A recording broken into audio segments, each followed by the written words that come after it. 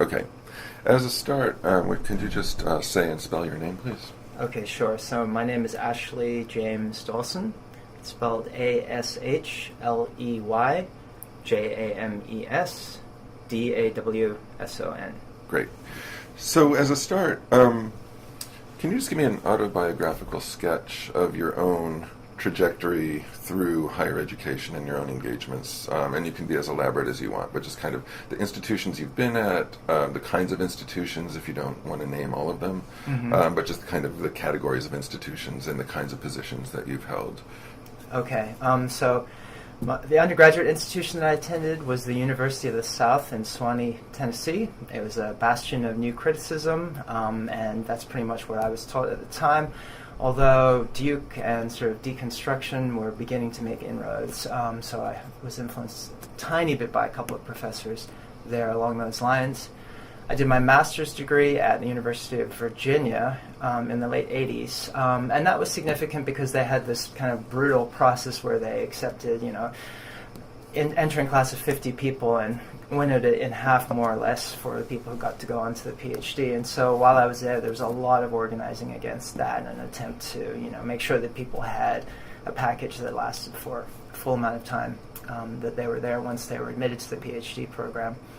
And then I moved from there to Columbia to do my PhD. I was there in the early to mid-90s, doing post-colonial studies, which was a very exciting and vibrant place to be doing that, although it had been going through similar kinds of labor struggles.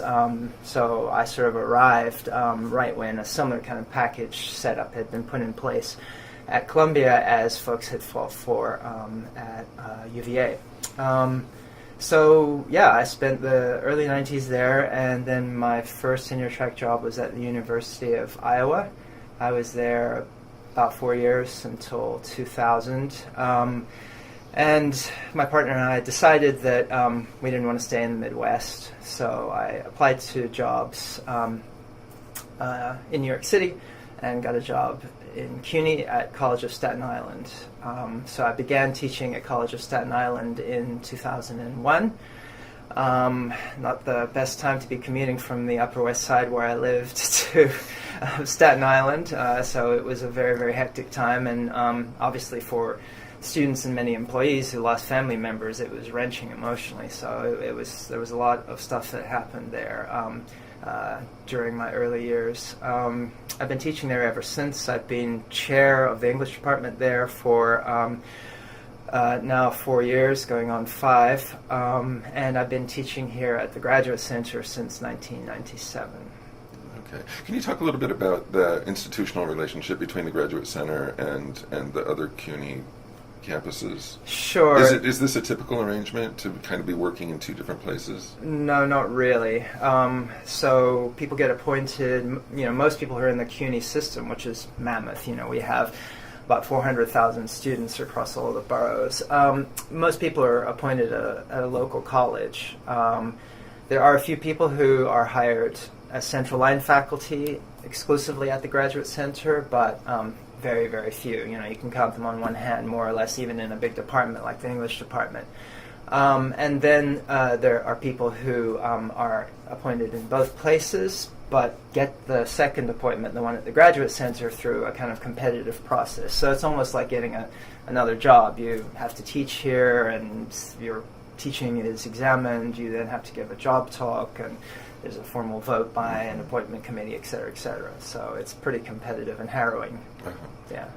And you end up actually, it's great to have contact with graduate students, and I'm extremely excited about being appointed here, and I work very hard to be appointed here, but it is challenging in many ways because you end up sort of expected to do service work in both places, for instance. Yeah. And each place doesn't necessarily recognize what's going on at the other. Yeah, there's struggles over that.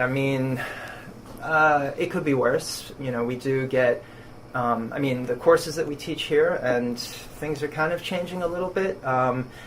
But at the moment, most faculty in English get to teach one seminar per year here, and their campuses recognize that. So you get off a course in your local campus.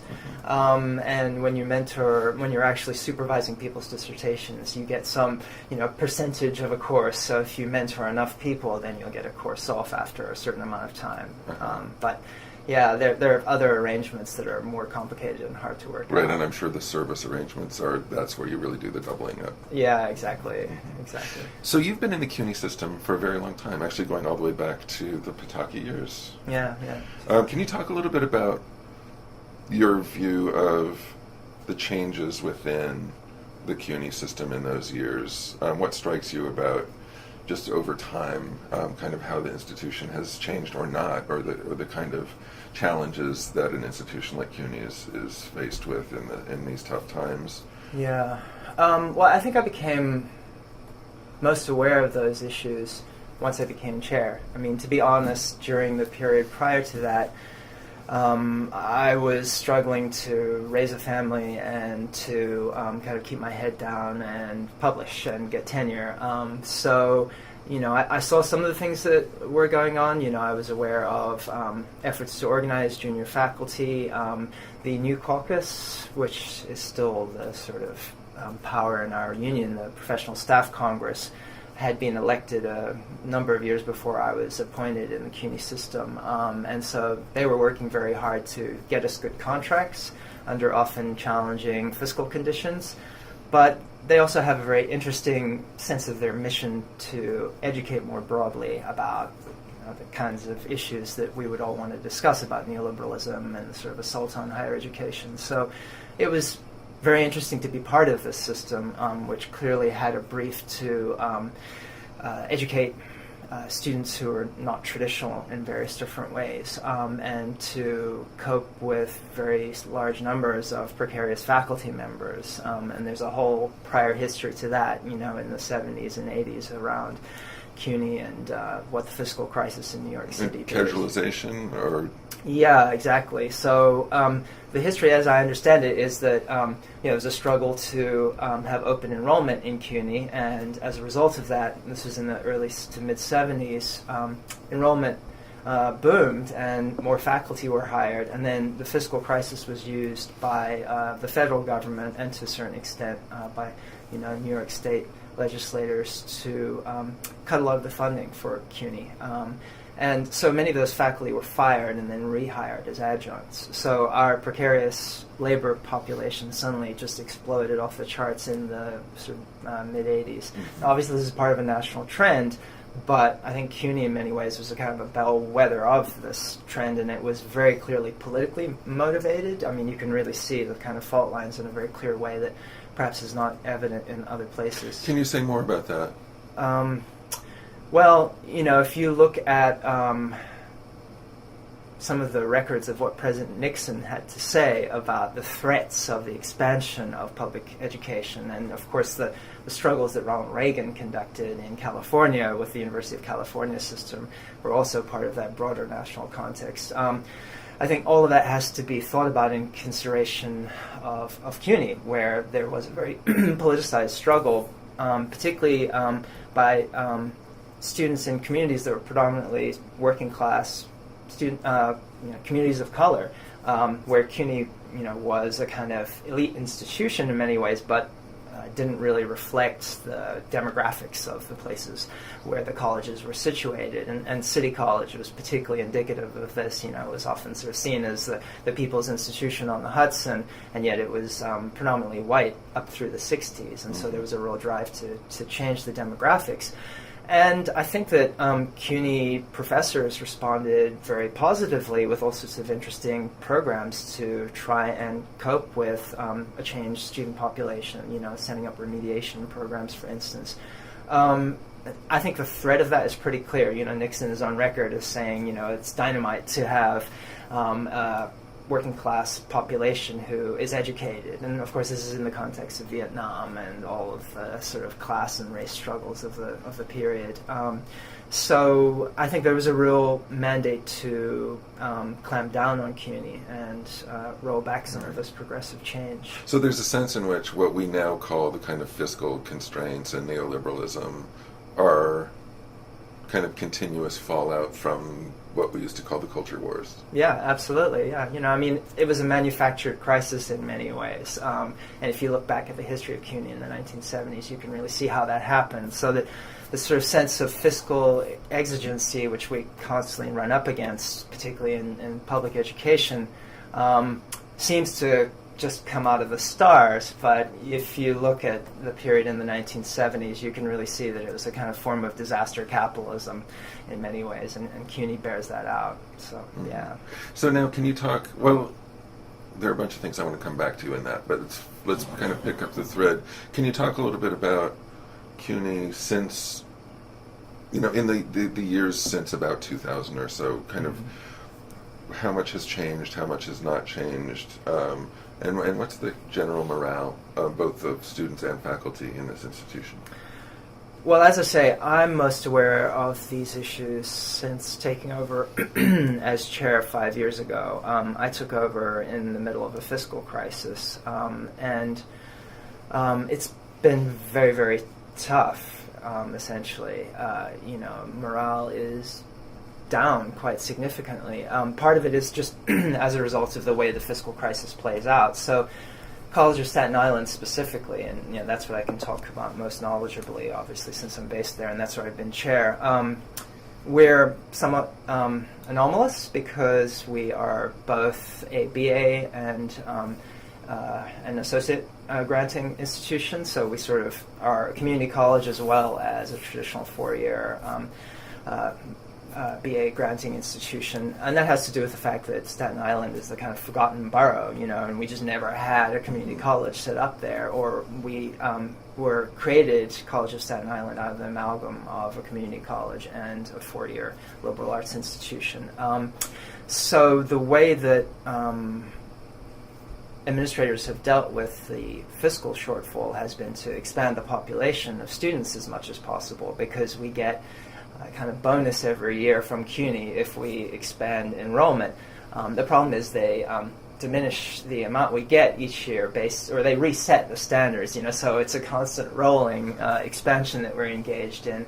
And meanwhile, the number of professors has remained more or less exactly the same. So student population has gone up tremendously, and we're already underfunded in comparison to the rest of the CUNY system by about a third. So that means that we have far fewer staff members to run offices and fewer faculty members, and consequently a larger population of adjuncts. What percentage, roughly, of adjuncts would you say? Of adjuncts? Well, in the English department we have about 37 full-time faculty, and we usually have about 100 adjuncts. Yes, but of course we're one of the biggest service departments, and that's not necessarily indicative of other departments, but we run basic writing programs, right. So we in math. So these are composition classes and... Exactly. English as second language, is that part of... That's part of our department as well. So the way that the fiscal crisis played out initially was that the administration tried to cut back reassigned time, which was basically time we got to do administrative duties. Since we have fewer staff members, faculty have to do a lot of the basic running of programs. So there were all sorts of fights about that, and we got into the most draconian sort of benchmarking and bean counting, and everything had to be really calculated. And in some ways, maybe that was not entirely a bad thing. It was good to have some answerability for what we were doing in the department, but the context was very upsetting, and people often were just asked to work more and more for less and less time off, as well as being asked to publish and teach huge amounts. Then the other major thing that's happened that I think has really affected morale negatively is pathways. Do you know about pathways? I think I know a little bit about it. Should I give you a very quick primer on pathways? Please do. I mean, I think it's important because it's indicative... It's become a buzzword. Okay. Yeah, but go ahead. I think it's important because it's part of a broader crisis in higher education, which often is held out, of course, as the panacea for problems of class immobility and increasing inequality in the United States. So, as I'm sure you know, the Obama administration has tried to put more and more money towards community colleges, seeing them sort of as the gateway to the middle class for people in the United States. The problem is that a really significant percentage of people who begin in community colleges don't ever make it into four-year, bachelor granting institutions. And so the connection between community colleges and the sort of traditional liberal arts education is one that is very, very problematic and not taken into consideration when this kind of pathway is held out as a panacea. So the idea behind Pathways is that it was going to make it easier for students to transfer from one institution to another within CUNY, which, as I said earlier, is really vast and includes both community colleges and four-year colleges like Hunter and Brooklyn College. Right. So something like the Borough of Manhattan Community College, is that part of CUNY? Yes. Okay. It is, right. And there is a real problem with students not being able to transfer from a place like BMCC to Hunter or City College or something like that. Part of that has to do with the fact that these institutions, although they're part of a bigger sort of collective, nonetheless evolved somewhat individually and have their own general education programs. They're sort of core elements of a liberal education. So a student might be coming from BMCC and find that City College doesn't recognize some of the sort of general education classes that they'd done at BMCC. So there was a real problem and a need to sort of rationalize things, but the way the administration did it, and this is CUNY Central under our former chancellor, Goldstein, basically they put together a bunch of kind of show committees that were not representative, that faculty administrators appointed rather than faculty members appointed, and cut general education requirements pretty much in half across the CUNY colleges. So there's a real fear about loss of languages, for instance, at a moment when, as we all know, it's more and more important to be a citizen of the world and be able to speak a number of different languages. Suddenly language programs are being falling by the wayside. And in general, a liberal arts education is threatened in many ways. More broadly, though, even than that, I think there's a sense that faculty governance is being completely ignored. And so faculty members, I think, are very, very upset and have been for a number of years. And I think that's what has really gotten morale down, the sense that we're just not being listened to, and that had there been adequate consultation, we might have really addressed this issue of transfer from one school to another in a way that was sensitive to students' needs and that also retained what we would want in a general education program, but that wasn't done. Right. One of the things I keep hearing again and again, and it doesn't matter whether I'm talking to my colleagues at Yale, colleagues at a place like NYU, colleagues at a place like Rutgers, that there's this kind of tug of war going on between educators and non-educators for the soul of the university. Yeah. It's really pronounced right now. And can you talk about that as part of what's happening within CUNY in recent years? Yeah, absolutely. Well, the most obvious example of that in CUNY is that my union, the PSC, which is a union which is quite interesting in that it represents both full-time faculty members and also adjuncts. It doesn't represent non-instructional staff members, but it is still quite integrated as an institution. And this is a freestanding union? Like, this is not AAUP affiliated at all? It's its own thing? I mean, it's affiliated with AFT, but it really is freestanding. So, and it goes back historically to essentially, the struggles of leftists at City College, particularly members of the Communist Party, during the McCarthyite era, when a lot of them were fired, and so they really realized that they had to form some kind of collective organ to resist those kinds of attacks. And I think the history of the union and of sort of mobilization goes all the way back then for faculty rights. So the PSC was fighting Pathways, not just through campus organizing and faculty senates, but also through lawsuits. And one of those was just decided by a judge who basically said that the chancellor has executive power to make whatever decision he wishes. So it was a very worrying sort of precedent, because it suggests really that faculty governance is a charade. And I mean, I think that's quite interesting in this broader context, because I would argue that the idea of faculty governments was, although there are proud traditions of it that go back a long time historically, that it became really, really important in the 1980s in the context of a drive to unionize faculty members across the country that had been quite successful in public education and was beginning to make significant inroads into private education. So suddenly, administrators held out the kind of carrot of shared governance and faculty's role in directing the university in a very, very strong way at that point, and were successful in pushing back the unionization drive. Yeah, I would argue that if we're sort of seeing a crisis of this, it's essentially because we were all bought off, and particularly faculty in the more elite private schools were very much bought off by this sort of idea of shared governance. And at the end of the day, it's a charade.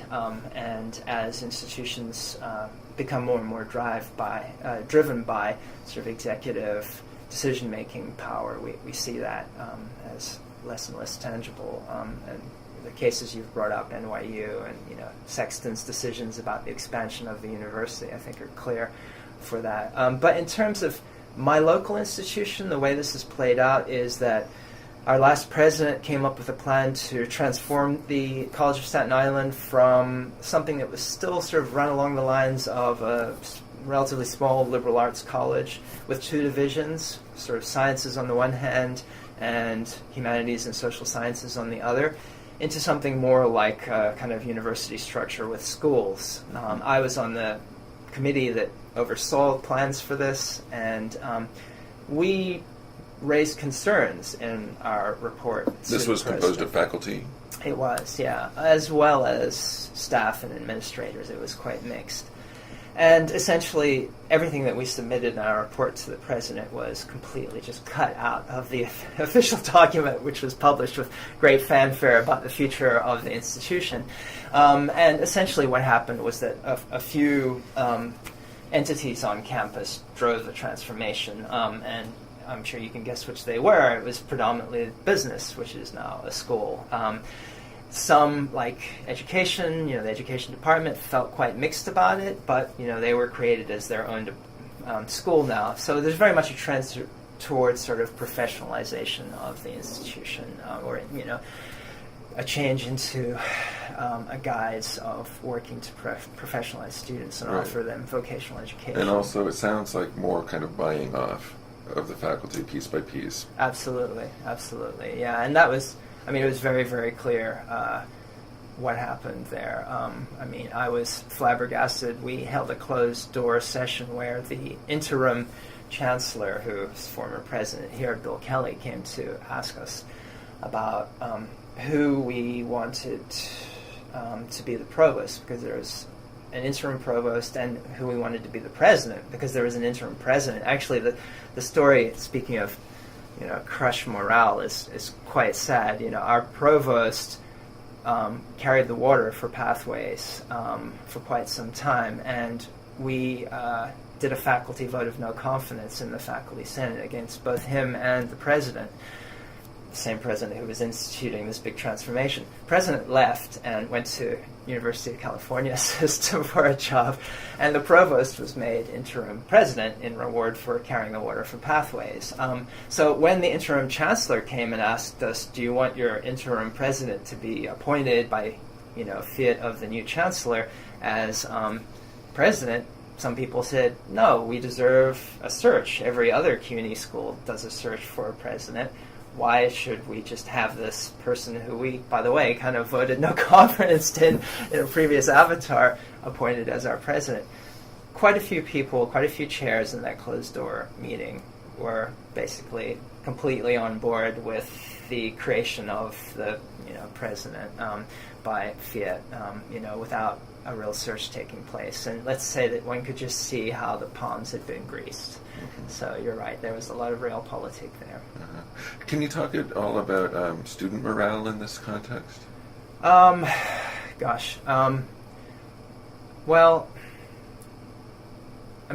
one of the things that's happened a lot in CSI is that our student body has changed quite a lot.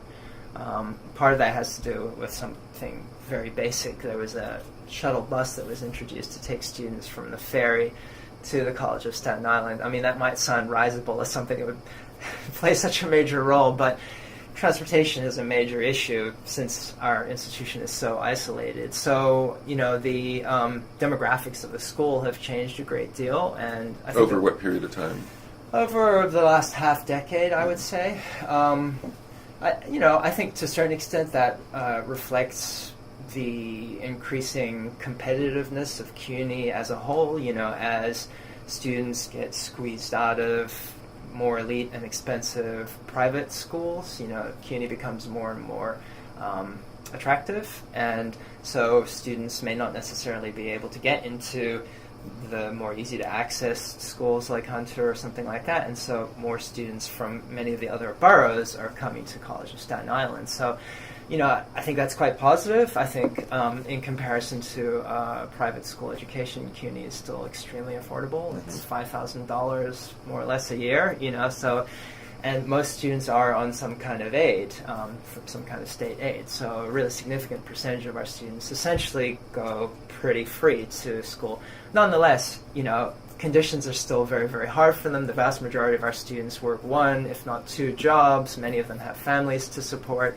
So we have a real attrition rate, a real problem with attrition, because students just can't keep going through the program. Do you know what what they call the 5-year graduation rate is, or 6-year, I guess now maybe? Yeah, off the top of my head, I'm not totally sure, and College of Staten Island might not be completely indicative, because as I say, we sort of join, a community college and BA school. I mean, I think our BA rates are somewhere up around 70%, but our associate's degrees are much lower. Mm-hmm. So there's a real problem there of keeping those students on board. And in general, part of what I was talking about is sort of the reconfiguration of the institution. Resources are being shifted away from the associate's degree students, and also from the faculty. It's meant, many more senior administrators. And of course, this is one of the major problems that you're sort of alluding to, not only in the kind of increasing power of the administration in colleges and universities across the country, but just their sheer numerousness and the percentage of the budget that they consume as a result. Right. In addition to the demographic changes, I mean, another and maybe at least equally important change in students is the sense of what their education is for. Yeah. Right? And if universities are telling the world that their mission is X, they're going to produce students who think that the mission is X. Right. And in that context, can you talk at all about, well, I mean, I guess the most common way to kind of frame this is to think about the so-called crisis in the humanities. Mm-hmm. Like, what are the humanities for? Right. In a context where both administrators and students are saying education is all about, professionalization, utility, vocation. Yeah. Well, given the financial constraints we face at CUNY and that our students face, I have to say it could be a lot worse. We still do have somewhat of a general education curriculum, and at least in terms of their overt declarations, the administrators at College of Staten Island do say that it's important to keep supporting the humanities and social sciences. So things could be a lot worse, and I kind of expect them to get worse, because what I was describing before, the creation of all these different schools, means that suddenly there's been a kind of hiving off of the programs which tend to be best supported economically, and I expect that it's going to be very hard to, and this has been true previously, that it's very hard to create fiscal transparency across the university. And I think that that's going to continue. So I'm very worried about the humanities and social sciences sort of eroding economically. So even while people keep sort of saying that this is important, the changing degree requirements, the creation of schools, and just the economic pressure on students is really tremendous. And I think the other issue is, when you're in New York City and you're riding the subway, you see all these ads for Thoreau College and the many other schools that really are directed purely to preparing people for vocational outcomes. And so I think that there's a kind of implicit push towards that because of the way that these institutions advertise themselves. And those institutions are all supported by the federal government, right? So there's a long history of people saying that this kind of rounded education is important, but actually if you look at the money trail, things are going in very different directions. And I would say that there's something also quite similar. If you begin looking into this history that I was talking about in the 1970s, I think NYU is the kind of like the Death Star of the institution, which if we want to look at neoliberal trends, it's an institution to study. And I've written about its history in the 60s and 70s because historically it was actually pretty similar to CUNY in terms of its profile, in terms of its demographics, in terms of its financial strength and background. But in the late 60s, early 70s, it sold its Bronx campus, focused on the village, and began essentially trying to make hay from the essentially transformation of CUNY as white students fled it, as it was integrated because of the struggles that I was referring to previously. And what NYU did then, very savvy way, was that it lobbied New York legislators to allow state aid to be taken not just at public institutions like CUNY, but at private institutions. The idea being, GIs coming back from Vietnam deserve to make a choice with their, state aid, and they should be able to go to the best institutions as well as to an institution like CUNY. And so essentially it became a subsidy for privatization of the university system and for the support of NYU and for essentially, the support, continuing the sort of support of a kind of white subsidized class, which of course we know in many ways was created after World War II in multiple different forms. So that continues to be a problem. And so I think the support for institutions, for-profit institutions like Touro College and the many other ones like it have to be seen as part of this broader context. Uh-huh. Yeah. So the period at NYU that you were just describing, that was driven by the board? Where did that thinking come from? I think to a certain extent it was driven by the board. I mean, I don't have explicit documents that would support allegations that people sort of said, well, we're going to skim off, all the white students who are fleeing from CUNY. So, but if you look at what happened, essentially that's what was happening. And, it was a group of essentially real estate moguls who saw the potential for the location of NYU downtown and began sort of overseeing this drive to expand it in various different ways. And also a particular president whose name eludes me right now, but who was very plugged into sort of the national scene and pushed NYU to expand through. I think they got a very big Ford grant right in this period to sort of develop the humanities and begin their sort of strategy of hiring stars and making the institution more prominent that way. Uh-huh. Yeah. Uh-huh. Which is what they've done. It's continuous, exactly. Yeah.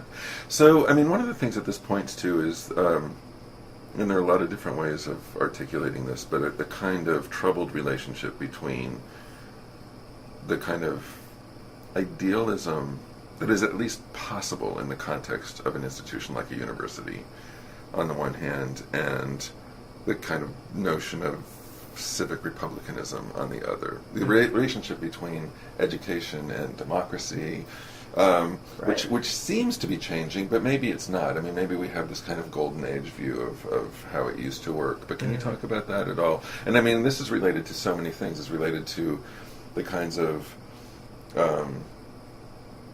the structures of labor within institutions and the levels of security they either do or do not provide, which then bleeds out into questions of academic freedom and speech. There are all kinds of issues wrapped up in here. Yeah. And then plus what we were talking about before. What are we turning students into and why? Right.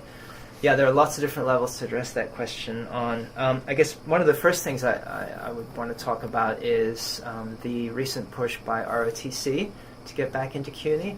So this happened, it began 2 springs ago when all of the chairs, we sort of meet in this council of chairs with the provost and other members of the administration. We were all meeting, and there were these members of the army wearing full regalia, and they presented a strong PowerPoint presentation to us about how ROTC could help our students and how it was actually like a leadership academy. Oh, and by the way, we give your students 4 free years, and we pay for their books and their transportation, et cetera, et cetera. So the ROTC began a very, very strong push, and I don't know if you're familiar with this, but there are documents. The RAND Corporation was essentially tasked with doing a study for how to diversify the officer ranks of the U.S. military, because ROTC since the 60s has been based predominantly in southern institutions of higher education, and not surprisingly, the officer corps is more and more white as a result of that. And so the RAND Corporation study said, look, we really need to get into major metropolitan centers in the north, and CUNY is a target of opportunity. So they went after City College with the idea that this is where Colin Powell came out of, and College of Staten Island with the idea that it was the most southern institution in the CUNY. At least that's what they said, which seemed a bit strange. But so they began this big push, and we really, really had to fight quite hard to challenge this idea that ROTC was the best place for students to get an education and to acquire leadership capabilities, and to challenge the idea that this was such a great economic deal for them. But the appeal of that to students, and we held sort of town forums where we had panels speaking on both sides, and students would come.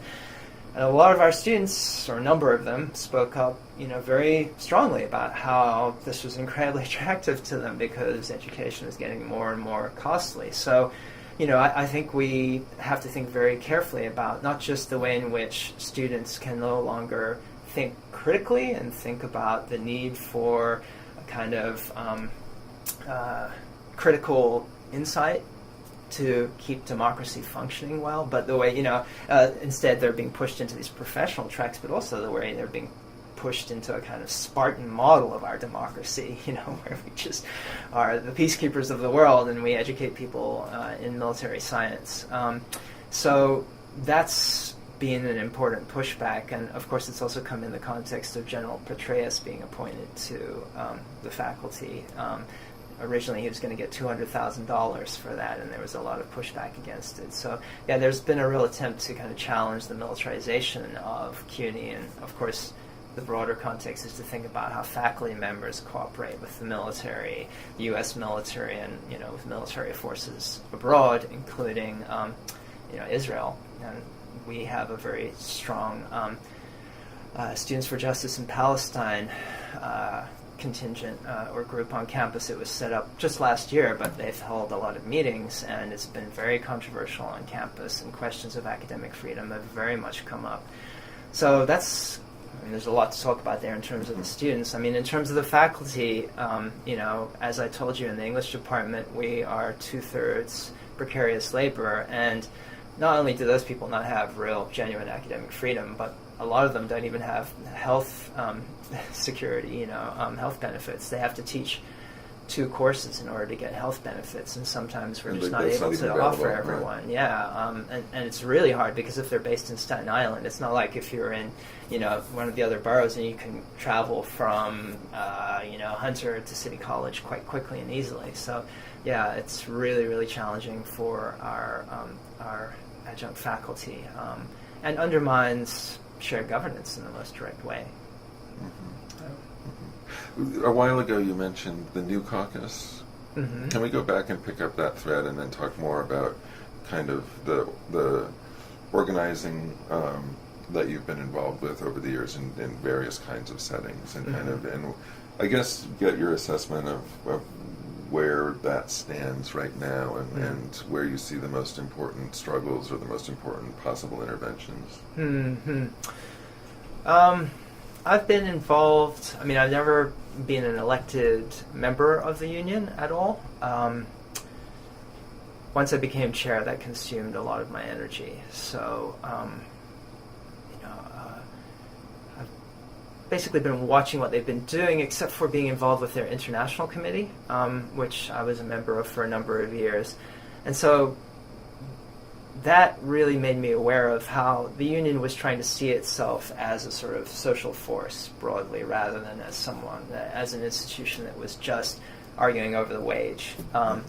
So the union holds monthly screenings of films where, they have discussion. The International Caucus was very much trying to look at struggles against neoliberalism in other higher education settings in other parts of the world, particularly in Latin America, and trying to form solidarity with unions in Mexico, for instance, or in South Africa that were sort of, I think we thought of ourselves as learning a lot from them because they were very much at the kind of cutting edge of neoliberalism and structural adjustment. So it was about having solidarity, but also learning from them and trying to come up with strategies to resist what was happening here. I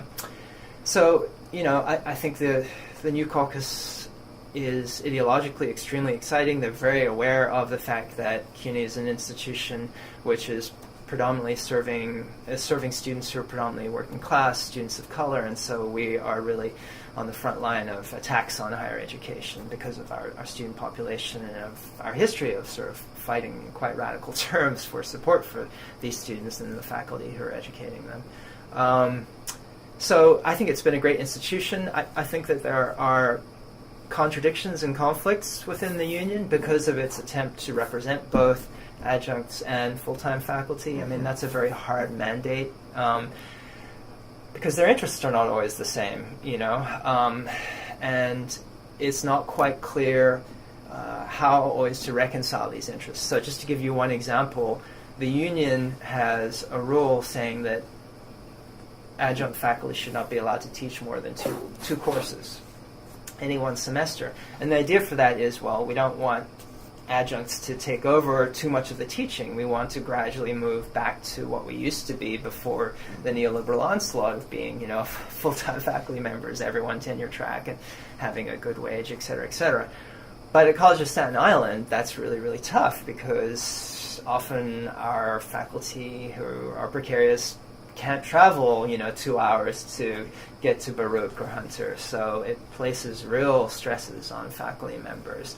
And there's lots of anger, I think, at the Graduate Center among graduate students who are, employees as well. They're teaching from the get-go, usually from the first year that they're here, over the low wages for teaching as adjuncts in the CUNY system. I believe a better healthcare package has just been worked out. So, there is some sort of possibility, I think, on the horizon as a result of the election of de Blasio.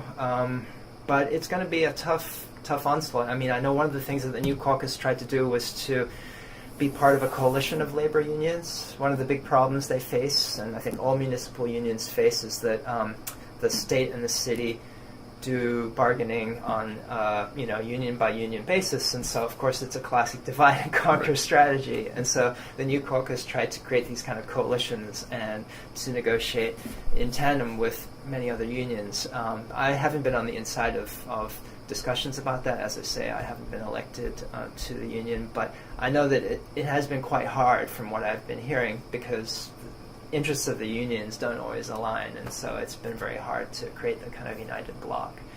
So hopefully it'll be a bit easier moving forward. But so far, the relationship between tenured or tenure track employees and adjuncts has remained at least a workable relationship within the union. I think so, yeah. As I say, I haven't attended meetings of, the council, et cetera, but the adjuncts have not split off. Right. They've not tried to get representation from elsewhere. So I think there is evidence that even though there are really significant tensions, it has remained workable. And yeah, we would want to try and see that as a strength, I suppose, rather than as a weakness. I mean, I do. Your colleague Michael Denning makes very persuasive arguments for the way in which academic unions should be sort of, vertical, and to integrate all different elements of the workplace. So at least this is a kind of step in that direction, rather than our union just representing full-timers and ignoring the part-time faculty. Right, right. So given, the range of challenges that we've discussed in the last 40 minutes or whatever it's been, what do you see just in kind of looking ahead in policy terms? What would you see as the most important kind of sites of engagement, the most important kind of pressure points maybe to change the direction that these institutions are drifting in? What's the most important intervention to be made? Or what's the most productive way to be thinking about this? Right. I was talking to Andrew Ross a couple of weeks ago, and he said, around the water cooler we used to talk about our ideas, and now we talk about our jobs. And it's really true. It's like there's this really wide sense of crisis, and I'm just eager to hear different people's ideas about, where's the most meaningful point of intervention. Well, I suppose I would say that it's in collective organizing of various different kinds. I think when the rubber hits the road, the only way that you guarantee that the things you're fighting for collectively will be won is by having the power to go on strike, to withdraw your labor. And I know that sounds, in the current conjuncture, that sounds totally insane. Like, I'm some dinosaur, from 1920 or something like that. Didn't auto workers do that? Yeah, right, exactly. But I guess my sense is that, as I was saying earlier, we can increasingly see through the facade of collective governance, of shared governance. It's being eroded more and more, and I think that's where the crisis and the demoralization among faculty members comes from, as well as the ability of executives to take pot shots at academic freedom, and we're in the middle of a big crisis right now around the Stephen Salaita case, which is in clear abrogation of academic freedom. It'll be interesting to see how that plays out, and whether faculty members at University of Illinois will be able to challenge what the chancellor has done, or whether chancellors will be able to just have kind of free reign. But I would say at the end of the day, it's really about organizing, and so really it's about having a union. And so I would say that we need to strengthen unions in the public sector in higher education, and y'all in the public sector need to think about renewing the drive for unionization. And of course that's a struggle in terms of organizing people, which means getting them to sign on union cards, but it's also an ideological struggle. And I hate to say it, but professors are one of the most benighted groups of people in the country in terms of understanding their real material situation, right? Because we all think of ourselves as inhabiting this sort of elite domain where material interests often don't impinge on us in any kind of direct way. So it's very hard, I think, and this is even at CUNY, to get faculty members to really get interested in the union and in supporting the union and in getting into the trenches and fighting. Part of that, of course, comes from the fact that the pressure has been massively ratcheted up at CUNY. Now the pressure to publish at CUNY is probably exactly the same as it is at an institution like Yale or Harvard, or quite close at least. It's definitely at least one book, maybe two books to get tenure at CUNY right now. So it's very, very intense. And so junior faculty do tend to keep their heads down, and I would say I did that to a certain extent as well, despite some involvement with the PSC. But I think that's going to get harder and harder. I think the atmosphere is going to get more and more challenging, and so right. I'm actually this is the left has always done this. May things get worse so that they can get better, right? So I don't want to sound too much like that. But do you feel like that the kind of awareness that faculty have in a general way, the awareness that faculty have about their material circumstances is maybe escalating a little bit in this moment of crisis, or no?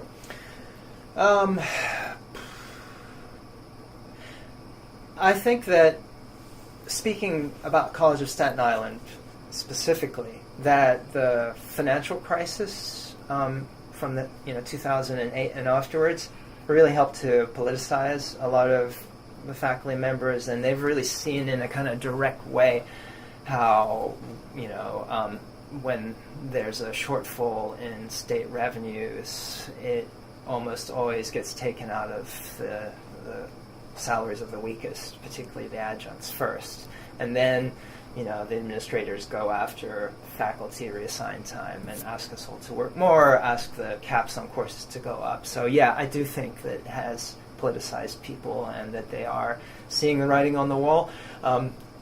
I wish that there were more politicization. I wish that there were more of a pushback. But yeah, all of the factors that I've been enumerating, pathways, ROTC, these struggles around academic freedom, they're all, I think, making it much more clear. And on a national scale, the recent struggle within the American Studies Association around academic freedom and the boycott, I think, has, on the one hand, shown the sort of politicization of a whole generation of faculty who are still quite young and radical, and also helped to politicize them even more. So yeah, I'm quite optimistic, and I take your point, or Andrew's point, about how we talk about our jobs, but I guess I would say that talking about ideas and talking about our jobs don't necessarily have to be different things, right? And well, increasingly they're coming together. They have to be the same Exactly, thing. exactly. Right, I agree. What about the political sphere? Are there meaningful ways that we can be enlisting promising figures like de Blasio in these kinds of struggles? Are there meaningful ways that we can use what's become this common meme of the 1% and the 99% in these struggles? Because a lot of these struggles come down to that logic in a certain way. Right. I mean, is the political sphere a place to be working as well? It depends on what kind of work you're doing. I mean, I guess I see the Democratic Party as sort of death to radical movements. It's where they all go to expire slowly, So, I'm profoundly disturbed by the way de Blasio appropriated a lot of the, Tale of Two Cities, 1% versus 99% rhetoric. So I think we need to be very careful about that, and I think we need to push back against it. So not that you don't want to muddy your hands ever by getting involved in the dirty sphere of politics. I just think we need to organize autonomously and really, really push as much as possible against figures who get elected on this kind of upsurge of more progressive thought, whether it's on a federal level or on a municipal level. And I think New York City, I think it's also good in terms of this question of where the openings are. I think it's also very good to think about different scales of political activism. And I do think that municipal scale is one where there are quite a few interesting possibilities that are very much foreclosed on a national level because of the power of the Democratic Party and the crazy nutjob sort of Tea Partiers who control and lock down the Senate and the Congress more broadly. So I do think it's important to sort of push for progressive change on a municipal level, and also to strengthen the unions and the union struggle, and that's happening to a certain extent. I think the unions have, in a very material way, done a lot better. I don't know how much you know about this, but we haven't had a contract in CUNY for going on 5 years. That doesn't mean we haven't been paid for 5 years, but there was this sort of clause back in the 60s that allowed us to keep being paid under the old contract in exchange for not going on strike, which was a poison pill for sure. But it does mean that the fact that we don't have a contract is not the end of the world. It also means we haven't gone out on strike. So is that in current negotiation? It is. Or is it just more about it's? Well, basically what happened is that PSC and almost all the other municipal unions followed the same strategy, just didn't negotiate with Bloomberg because he basically said, "I'm not going to give you jack," you know. So they waited for him to get out of power. PSC actually supported De Blasio from the get-go. Because of his progressive credentials, his connection to, his really genuine connections to progressive grassroots struggles in New York City. And so now that he's in power, along with the other municipal unions, we've begun negotiating with him, and things are looking good for us getting the back pay that that we've earned and that we're owed, or at least some of it, for curtailing the erosions of our health care, which roll around with every new union, and for getting a better package for adjuncts than previous. So, some good news. Yeah. That's good. Yeah. Well, that might be a good note to end on. I like optimism, but is there anything that we haven't discussed that we should have in this context? I don't think so. I think it's been really enjoyable, very wide-ranging. So well, thank you. Thank you so much. I'm appreciative. Yeah. Yeah. Yeah. Yeah. Yeah. Yeah.